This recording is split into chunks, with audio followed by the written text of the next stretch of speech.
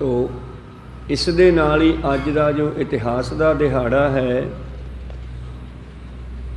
21 जून जदों लगभग 1704 ਦੇ ਵਿੱਚ ਧੰਨ ਧੰਨ श्री गुरु गोबिंद सिंह जी महाराज इस मालवे इलाके में चरण पाउंदे हन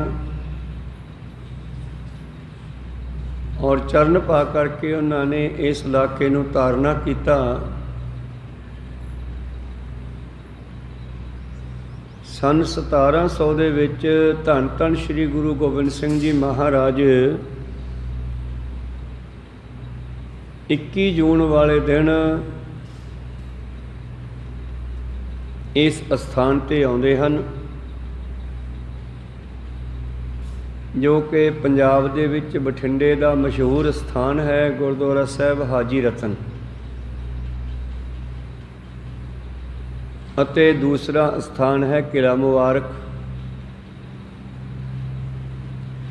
जिस तरह चौथे पातशाह कहते महाराज जिवें तुसी मधु कैटव आदि दैंतां दा खात्मा किया इस तरह ही 10वें पातशाह जी नूं बठिंडे दीयां संगतां कहंदियां जी साडे किले दे विच भी एक दैंत रहिंदा जिहनूं काना दिओ कहंदे आ। बड़े लंबे तो अरदासां चलदियां होणगीਆਂ लंबे समय तो ते अज वो अरदासां सुन के धन धन श्री गुरु गोबिंद सिंह जी महाराज दमदमा साहिब तलवंडी डेरा किया होया सी और एक दिन अपनी मौज विच आके चले दमदमा साहिब तो चल के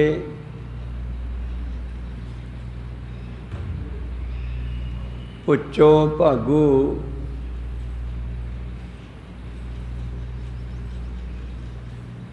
भाई देसा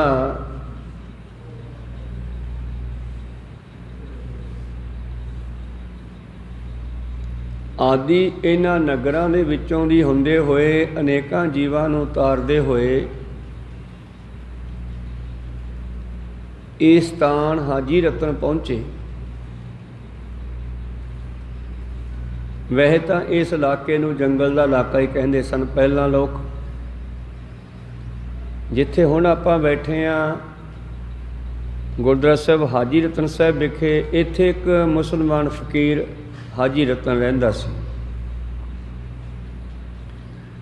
इहदा भी उधार करना सी सतगुरु गोबिंद सिंह महाराज जी ने क्योंकि धन गुरु नानक देव जी नाल भी इहदे वचन होए सन रतन हाजी दे। फिर जब 6वें पातशाह नथाणे के इलाके च आए गुरुसर महाराज के इलाके विच एक लल्ला बेग नाल जंग होया। उत्थे लल्ला बेग वर्गे दुश्मनों का खात्मा किया ते उत्थे जाके भी इस रतन हाजी ने 6वें पातशाह को बेनती की सी महाराज मेरी उम्र बहुत लंबी हो गई है हुण कृपा करके मेरा उद्धार करो। ते 6वें पातशाह जी कहन लगे फकरा अपने थां ते चल तेरे डेरे च ही आवांगे 10वें जामे मिलांगे। तो 6वें पातशाह जी ने हाजी रतन नूं फिर 10वें जामे का ही हुक्म देता। इस इलाके विच ए जंगल विच बैठ के उड़ीकन लग्या। इतिहास दसदा है कि पहला इसका नाम सी रतन चंद। रब की भाल विच सी खुदा की भाल विच सी अनेकां फकीरां नूं मिलिया ते एक इस नूं मुसलमान फकीर कोई मिलिया ते उहनूं बेनती कीती महाराज कोई रब दा रस्ता दसो। मुसलमान फकीर कहन लग्या भी तू हज करके आ मक्के तैनूं उत्थे रब दा रस्ता लभ सकदा। उदों पहलां बाबे नानक वर्गे महापुरुषां नूं भी मिलिया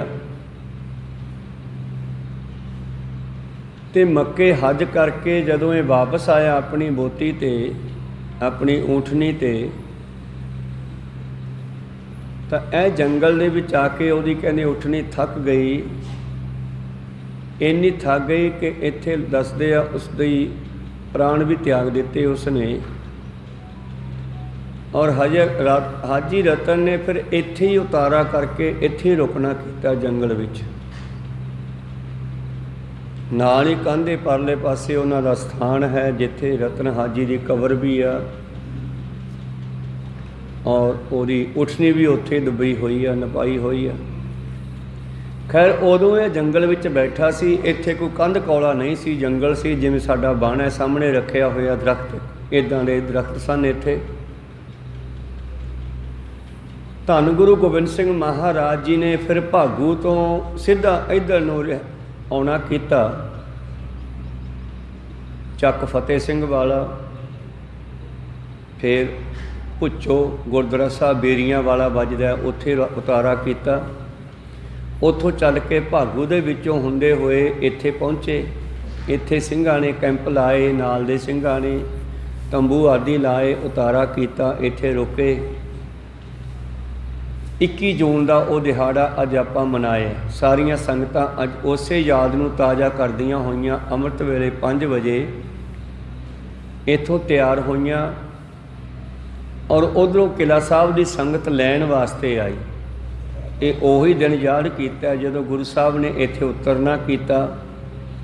रतन हाजी नाल विचारां होइयां ते बठिंडा जिहड़ा उदों किले दे आसे पासे बसदा सी, उदूगा जंगल सी आसे पासे। ਇਹ हाजी रतन का गेट है जिहड़ा अपना स्कूल है ना, ये मगरले कोने ते दसिया जाता जिथे चक्कियां लगियां उत्थे हाजी रतन का गेट सी, को सतनाम सी। परले पासे जिहड़ा पिंड सी वो बठिंडा किले के आसे पासे वसदा सी। लगभग सन 200 का वसिया होया यह किला है बनया होया। भट्टी राजे ने, राजा बेनेपाल भट्टी, उन्हें किला बनाया मारवाड़ चो आके, क्योंकि उधर पानी नहीं सीगा ते जिथे किला बनया इत्थों सतलुज दरिया वगदा सीगा, पानी के किनारे दे उत्ते फिर किला तैयार करवाया सी राजे ने आपदे वास्ते। खैर बठिंडे की संगत नूं पता लग्या जदों बई धन गुरु गोबिंद सिंह जी महाराज साडे इलाके च आए हैं तो बाहर जंगल विच बैठ गए। उन्होंने आके बेनती की, महाराज कृपा करो तुसी नगर में चरण पाओ, तुसी बाहर आके बैठ गए, चलो असी तुहानूं लैण आए। उस तर्ज ते अज किला साहब की संगत आउंदी आ साल बाद 21 जून नूं इत्थे, और इत्थों वाली संगत इकट्ठी हुई हुंदी है पहलां ही। फिर दोने संगतां इकट्ठियां होकर किला साहब जाके कीर्तन करदियां, कथा हुंदी है, विचारां हुंदियां, वो दिन मनाया जाता है। अज वो दिहाड़ा 21 जून है। तो इत्थों बठिंडे वाली संगत सतगुरां नूं किला साहब लै गई। उदों किला उजड़िया पिया सी, उजाड़ सी, कोई डरदा उहदे विच नहीं सी वड़दा, क्योंकि इस इलाके के लोगों का ख्याल सी कि इत्थे कोई दैंत रहिंदा है, दिओ रहिंदा है और वह पशुओं के बच्चे खा जाता है, पशु खा जाता है, मनुखों का भी नुकसान करता, फसलों का भी नुकसान करता। इसे करके बठिंडे वाले लोगों ने आके सतगुरां नूं बेनती की, पातशाह नगर भी चरण पाओ। तुसी बाहर आके बैठ गए। धन गुरु गोबिंद सिंह जी कहने असी तो विचाले जे बैठे सी, सेंटर च बैठे सी पिंड दे, ते सतगुरां दा वो वचन सत होया। अज ये इलाका जिहड़ा है बठिंडे दे विचाले आ गया, बठिंडा इन्ना फैल गया। ये गुरु साहब दे वचन हुंदे है, महापुरुषां दीयां साधुआं दीयां रमजां ही हुंदियां। उन्होंने यह जगह नूं बठिंडे का विचाला कहा, तो फिर वो वचन तो सत होने ही है। हौली हौली बठिंडा इन्ना फैल गया कि गुरुद्वारा साहब हाजी रतन बठिंडे के विचाले आ गया। खैर मेरे प्रीतम जी फिर उत्थे पहुँचे, संगत लै करके बठिंडे के किले कोल गए। कहन लगे महाराज कृपा करो, इत्थे कोई दैंत रहिंदा उहनूं कढो इत्थों। वो दिओ आ जिहड़ा ਉਹ ਸਾਡੇ ਪਸ਼ੂਆਂ ਦਾ, ਬੰਦਿਆਂ ਦਾ, ਫਸਲਾਂ ਦਾ ਨੁਕਸਾਨ ਕਰਦਾ ਹੈ। ਪਾਤਸ਼ਾਹ ਕਹਿੰਦੇ ਚਲੋ ਕਿਲੇ 'ਚ ਹੀ ਦੇਖਦੇ ਹਾਂ ਕਿੱਥੇ ਆ। ਕਿਲੇ ਵਿੱਚ ਕੋਈ ਡਰਦਾ ਵੜਦਾ ਨਹੀਂ ਸੀਗਾ। पर सतगुरु सारी संगत नूं नाल लैके ਸਿੰਘਾਂ ਨੂੰ नाल लैके किले विच गए। किला उजड़िया पिया सीगा ते पातशाह कहंदे हुण इह दैंत खांदा है मास। ते एक साडा सिख भटकिया होया झोटे दी जून विच फिरदा है। मतलब जिन्ना जिन्ना पशुओं का भी पातशाह ने उधार किया, उन्हां विच भी कोई पुरानियां रूहां सतगुरां दीयां विछड़ियां होईयां सन। कौन? सतनाम श्री। जिस वेले बठिंडे गए, अपना किले दे विच गए, उत्थों इन्हां दे नाल जथे दे विच एक सिंह है मैलागर सिंह, उहदी ड्यूटी लाई भी तू इत्थों नाल अपने 5 सिंह लै जा ते तू नत्त बघेरा जा। उत्थे ना एक झोटा रहिंदा बड़ा मारखुंड, किसी नेड़े लगन नहीं दिंदा, ओह बड़ा हंकारी है और साडे हुक्म तो बगैर उन्हें आउणा नहीं। आ साडी चिट्ठी उहनूं विखा दी ते उहनूं कह दिओ चल वे मेहा सिया तैनूं सद्दिआ गुरु साहब ने। ते कहंदे मलागर सिंह होरियां दा जथा जिहड़ा उत्थे चलिया गया नत्त बघेरा। पहला सत्थ आई, सत्थ विच बैठे लोकां नूं पुछिया भी इत्थे कोई झोटा रहिंदा। हुण ਸਿੰਘਾਂ दे नीला बाणा पहनिया होया ते पिंड वाले जिहड़े सत्थ विच बैठे सी लोग, उन्हां ने मजाक कीता भी ये निहंग आ जिहड़े झोटियां ते चढ़ जांदे आ, झोटियां नूं गड्डे जोड़ लैंदे आ ते झोटा हैगा भैड़ा ते इन्हां दे मगर पऊगा। हस के कहंदे लै जाओ छप्पड़ च बैठा होना। छप्पड़ कोल गए तो वेख के झोटे नूं विखा के वो चिट्ठी पातशाह की लिखी हुई। कहने मैखा सिया तैनूं गुरु साहब ने बठिंडे सद्दिया। कहने इन्ना बचन सुन के वो झोटा छप्पड़ चों बाहर निकल के इन्हां दे अगे लग गया। किसी ने कोई टक्कर नहीं मारी, किसी ने कुछ नहीं किया, सील गां वांगू मूहरे तुर पिया। पिंड वाले भी हैरान हो गए भी यार है ये झोटा इन्हां दे मगर नहीं पिया, की गल बनी। मुड़ के उन्होंने पछतावा भी किया कीते मजाक का। मगरों आके उन्होंने माफ़ी भी मंगी 10वें पातशाह तो। खैर वो झोटा फिर किला साहब च लिया गया, जिथे उत्ते शास्त्र सजाए हुए है, उत्ते संगतां बैठ के सिमरन भजन बंदगी करदियां ते झोटे नूं उत्थे लिजाना कीता फसील तो रस्ते तो। ते मलागर सिंह नूं कहण लगे मलागर सिंह इहनूं आपां हुण झटकाउणा है, ये साडा पुराना सिख है, 6वें पातशाह के समय तो विछड़िया होया और इस नूं इक्को तलवार दे नाल झटकाउणा, दुबारे ना मारनी पवे। जिस तरह एक सप का उधार किया 6वें पातशाह जी ने अजगर नाग दा, खरगोश दे विच मूले खतरी नूं कढिया, इवें जिवें जूना भोगदा फिरदा कोई 6वें पातशाह तो विछड़िया सिख सीगा जिहदी बिरती कामी सी। इनू श्राप लग्या सी उस वेले, इस करके यह झोटे की रूह विच भटकदा फिरदा, झोटे शरीर विच भटकदा फिरदा सी ते किसी नूं नेड़े नहीं सी लगन दिंदा। पशुआं दे भी मगर पै जांदा, मझां दे बंदियां दे उत्थे मगर पै जांदा। ते जिस वेले गुरु प्यारे होए झोटा उपर लै गए जिथे शास्त्र सजाए हुए आ हुण किला साहब के उतले गुरुद्वारा साहब च, ते मलागर सिंह नूं हुक्म होया कि इहनूं झटका दे ते उहनूं झटकाया गया। झटकाउण तो बाद जदों उहदी धौण कट्टी गई तो उहदे मास की बदबू फैली उत्थे किले दे विच। वो जिहड़ा दैंत लुकिया होया सी जिहनूं काणा दिओ कहंदे इतिहास विच, कहंदे वो काणा दिओ बू मानस करदा, उस बदबू नूं सुंघदा होया लभदा लभदा भी ये मास कित्थे पिया उत्ते पहुँच गया। गां 10वें पातशाह ਸਿੰਘਾਂ समेत खड़े आ ते पातशाह कहने ओए तू इत्थे किवें? वो कहना जी मैं तो इत्थे ही रहना किदन दा, ये तो मेरा पुराना स्थान। कदों कदा? कहना जदों सानू 3जे पातशाह जी ने गोविंदवाल चों कढिया, मैं उन्हां चों भज के इत्थे आ गया। धन गुरु गोबिंद सिंह जी महाराज कहते हुण तू इत्थों चले आ जा, तू इत्थे लोकां नूं बड़े दुख दिना। कहंदे महाराज भुख दा मारिया मैं की करा, मैनूं भुख लगदी है, अज भी कुछ नहीं खाधा। पातशाह कहंदे आ खा ला तेरे वास्ते वढिया।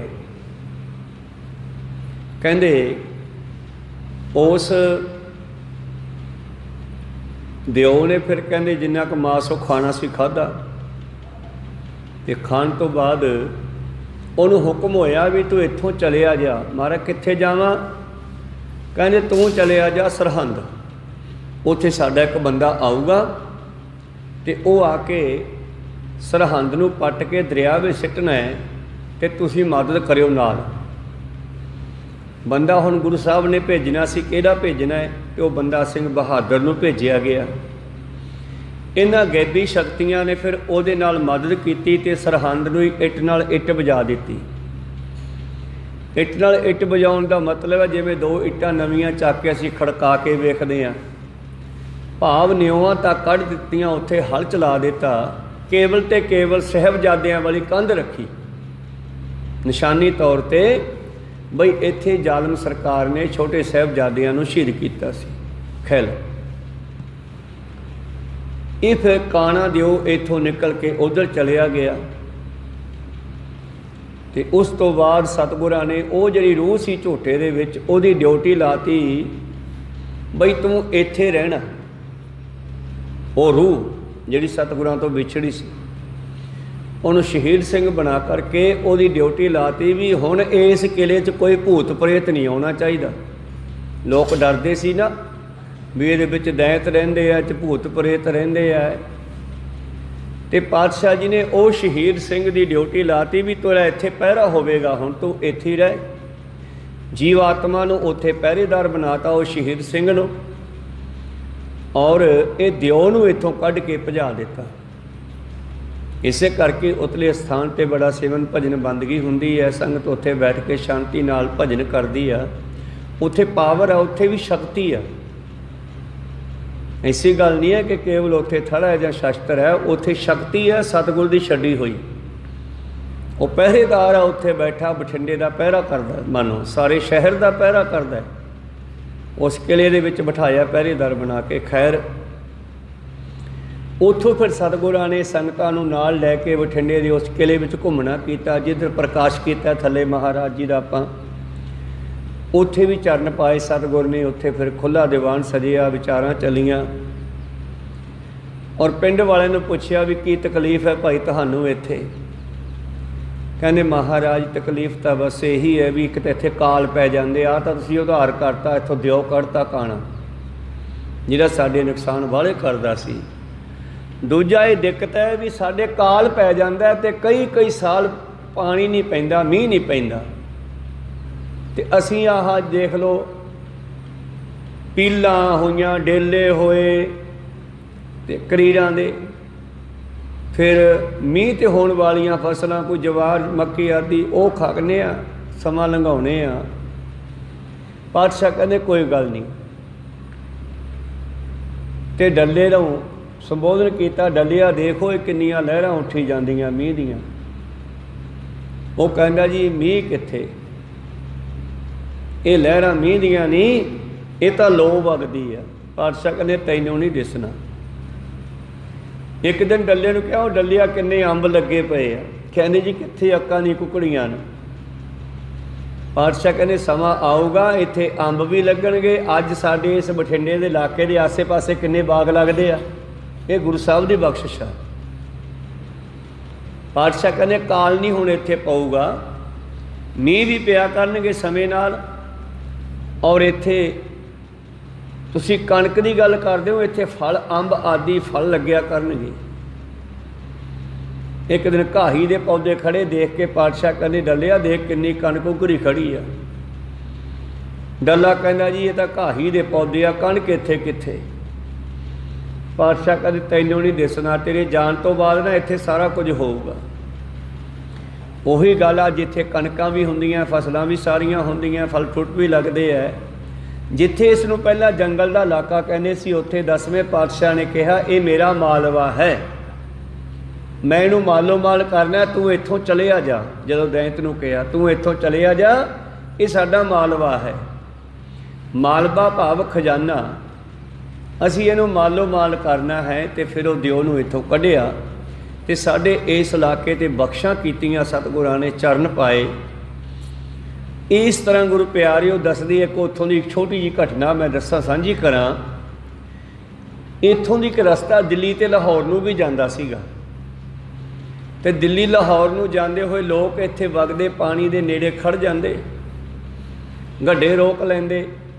एक दिन कुछ व्यापारी खड़े है ते व्यापारी खड़े मनोरंजन करन लग पे आपदा, जिस तरह अजकल भी करते हैं। अजकल लोगों का मन मोबाइलों ते लग्या होया, कोई गीत गा के मनोरंजन करता। उस वेले लोग ना पुराने होए राजियां दियां जां जिहड़े आह हीर रांझा सस्सी पुन्नू वर्गे होया, इन्हां दियां कवालियां, इन्हां दियां कहानियां, इन्हां दियां बनाईयां होईयां किस्से गाया करते सन। ते उत्थे ना एक गड्ढे वाला किस्सा गाई जांदा सीगा सस्सी पुन्नू दा, ते लोग खड़े सुनी जांदे सीगे। ते गुरु प्यारिओ की होया फिर, कुछ सिख भी उहदे विच जाके खड़ के सुन लग पे। किसी ने आके 10वें पातशाह कोले शिकायत लाती, कहने वेखो महाराज तुहाडे सिख है जिहड़े ना आशकां दे किस्से सुनी जाते हैं खड़े। पातशाह कहने गाउंदा कौन है? कहते जी वो तो कोई व्यापारी है गड्डियां वाले, दिल्ली लाहौर आदि किधरे जा रहे सीगे, इत्थे रुक जाते हैं लोग, आउंदे जांदे दम लैंदे आ, किले कोले खड़ जाते आ ते गाउंदे तो वो कहने गाउंदा उहनूं सद के लिआओ। तो पातशाह जी ने वो गाउण वाले व्यापारी नूं सद लिया, गड्डे वाले नूं। पातशाह कहते वो की गाउंदा सी तूं? हुण महापुरुषां दे सामने गीत कित्थे सुनाया जांदा? कहंदा जी छड्डो जी। कहंदे ना ना सुना सानूं की गाउंदा सी। हुण वो शर्म मन गया, कहंदा नहीं महाराज तां ही मनोरंजन करदे सी। आहो कहंदे की गाउंदा सी, गा तां सुना सानूं। कहंदा नहीं जी तुहाडे सामने नहीं मैथों गाया जांदा। पातशाह कहंदे मूहरे चादर कर दिओ बई, ਉਹਦੇ ਮੂਹਰੇ ਪਰਦਾ ਕਰਤਾ ਚਾਦਰ ਦਾ। ਕਹਿੰਦੇ ਚੱਲ ਹੁਣ ਸੁਣਾ। ਫਿਰ ਉਸਨੇ ਸੱਸੀ ਪੁੰਨੂ ਦਾ ਕਿੱਸਾ ਉੱਥੇ ਸੁਣਾਇਆ ਤੇ ਗੁਰੂ ਪਾਤਸ਼ਾਹ ਜੀ ਨੇ ਉਹਦੇ ਵਿੱਚੋਂ ਵੀ ਗਿਆਨ ਦਿੱਤਾ। ਕਹਿੰਦੇ ਵੇਖੋ ਇੱਕ ਸੰਸਾਰੀ ਪਿਆਰ ਕਰਕੇ ਇਹ ਦੋਨੇ ਇੱਕ ਦੂਜੇ ਤੋਂ ਆਪਣੀ ਜਾਨ ਵਾਰ ਗਏ। ਸਿੱਖ ਦਾ ਇੰਨਾ ਪਿਆਰ ਗੁਰੂ ਨਾਲ ਹੋਣਾ ਚਾਹੀਦਾ, ਪਰਮੇਸ਼ਰ ਨਾਲ ਹੋਣਾ ਚਾਹੀਦਾ ਹੈ। ਭਾਈ ਸਾਹਿਬ ਭਾਈ ਗੁਰਦਾਸ ਜੀ ਨੇ ਵੀ ਇਸ ਬਚਨ ਨੂੰ ਆਪਣੀਆਂ ਵਾਰਾਂ ਵਿੱਚ ਬੰਨ੍ਹਿਆ ਹੈ।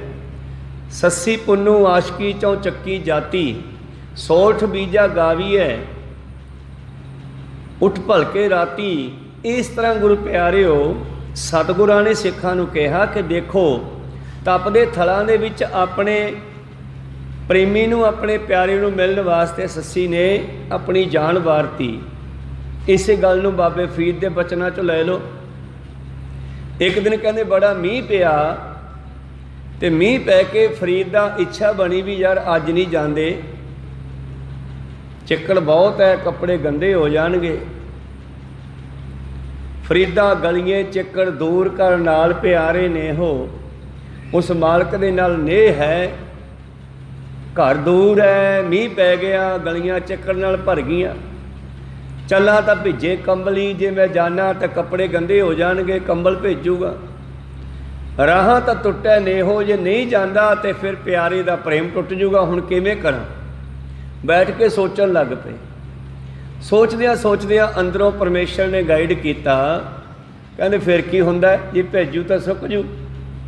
ਫਿਰ ਆਪ ਹੀ ਕਹਿੰਦੇ ਭਿੱਜੋ ਸਿੱਜੋ ਕੰਬਲੀ ਅੱਲ੍ਹੈ ਬਰਸੋ ਮੇਹੋ। ਕਹਿੰਦੇ ਪਰਮੇਸ਼ਰ ਪਾ ਦੱਬ ਕੇ ਮੀਂਹ, ਭਿੱਜ ਜਾਣ ਦੇ ਕੱਪੜੇ ਭਿੱਜਦੇ ਆ ਤਾਂ ਕੋਈ ਗੱਲ ਨਹੀਂ, ਸੁੱਕ ਜਾਣਗੇ। ਭਿੱਜੋ ਸਿੱਜੋ ਕੰਬਲੀ ਅੱਲ੍ਹੈ ਬਰਸੋ ਮੇਹੋ, ਜਾਏ ਮਿਲਾ ਤਿਨ ਸੱਜਣਾ ਟੁੱਟੋ ਨਾਹੀ ਨੇਹੋ। ਇਹ ਘਟਨਾ ਵੀ ਇੱਥੇ ਘਟੀ ਆ, ਇਤਿਹਾਸ ਵਿੱਚ ਲਿਖੀ ਹੈ ਕਹਾਣੀ। ਅਤੇ ਸਤਿਗੁਰਾਂ ਨੇ ਉੱਥੇ ਵੀ ਫਿਰ ਉਹਨਾਂ ਨੂੰ ਉਸ ਕਿਸੇ ਤੋਂ ਵੀ ਗਿਆਨ ਦੇ ਦਿੱਤਾ ਕਿ ਸਿੱਖ ਦਾ ਪਿਆਰ ਗੁਰੂ ਨਾਲ ਇਹੋ ਜਿਹਾ ਹੋਣਾ ਚਾਹੀਦਾ ਹੈ। ਦੁੱਖਾਂ ਵਿੱਚ ਵੀ ਆਪਣੇ ਮਾਲਕ ਨੂੰ, ਗੁਰੂ ਨੂੰ, ਪਰਮੇਸ਼ਰ ਨੂੰ ਛੱਡਣਾ ਨਹੀਂ ਚਾਹੀਦਾ। ਖੈਰ ਕਈ ਦਿਨ ਰਹਿ ਕੇ ਪਾਤਸ਼ਾਹ ਜੀ ਨੇ ਇੱਥੇ ਬੜੀਆਂ ਬਖਸ਼ਾਂ ਕੀਤੀਆਂ। ਇਸ ਜੰਗਲ ਨੂੰ ਮਾਲਵਾ ਕਿਹਾ, ਇਹਦਾ ਨਾਮ ਮਾਲਵਾ ਰੱਖਿਆ ਅਤੇ ਵਾਕਿਆ ਹੀ ਮਾਲੋ ਮਾਲ ਕੀਤਾ, ਦੇਣ ਦਾ ਉਧਾਰ ਕੀਤਾ।